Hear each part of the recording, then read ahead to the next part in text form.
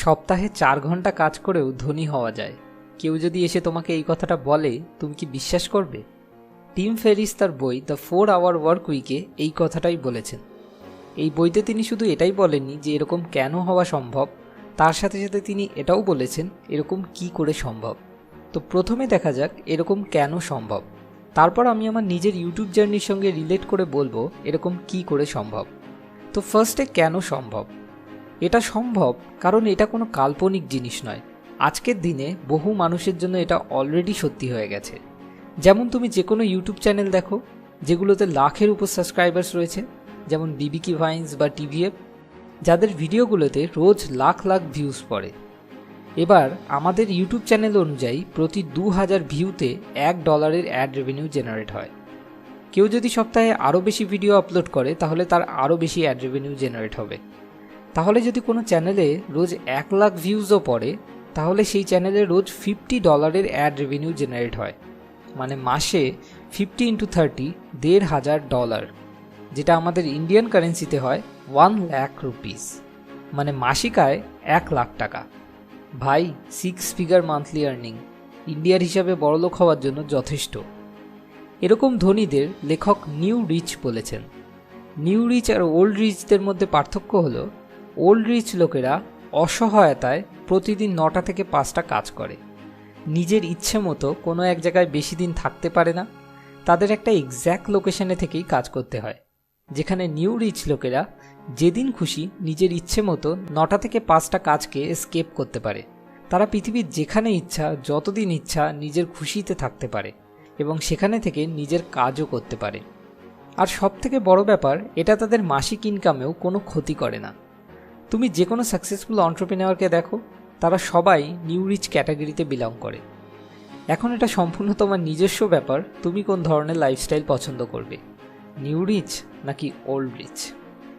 এবার দেখা যাক কিভাবে নিউ রিচ হওয়া সম্ভব।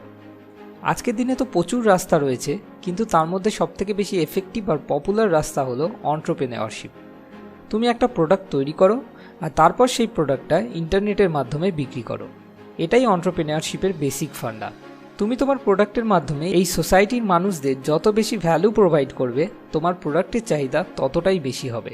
তো সবার আগে তো তোমাকে এমন একটা প্রোডাক্ট তৈরি করতে হবে যেটা লোকজনের পছন্দ হয়, তাদের কোনো কাজে লাগে। তারপর তোমাকে দুটো জিনিস করতে হবে, একটা হলো এলিমিনেশন আর দ্বিতীয়টা হলো আউটসোর্সিং। এবার আমি আমার ইউটিউব জার্নি দিয়ে রিলেট করে বলবো যে আমি এই দুটো জিনিস কিভাবে অ্যাপ্লাই করেছিলাম। তো প্রথমে হলো এলিমিনেশন।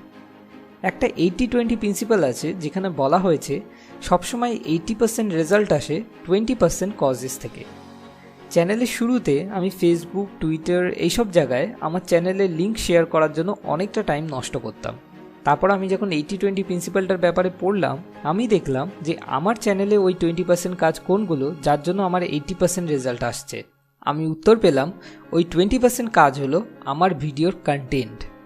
যখনই আমি এটা বুঝলাম, আমি ভিডিওর কন্টেন্টের প্রতি বেশি নজর দিতে শুরু করলাম আর ওই লিঙ্ক শেয়ারিং ওইসব জিনিসগুলোকে এলিমিনেট করে দিলাম। তো এইভাবে আমি ফার্স্ট স্টেপ এলিমিনেশন কমপ্লিট করে ফেলি।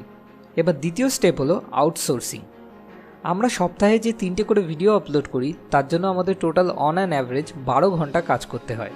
এবার এই কাজে 3টে পার্ট রয়েছে, 1 স্ক্রিপ্টিং, 2 রেকর্ডিং আর 3 অ্যানিমেটিং।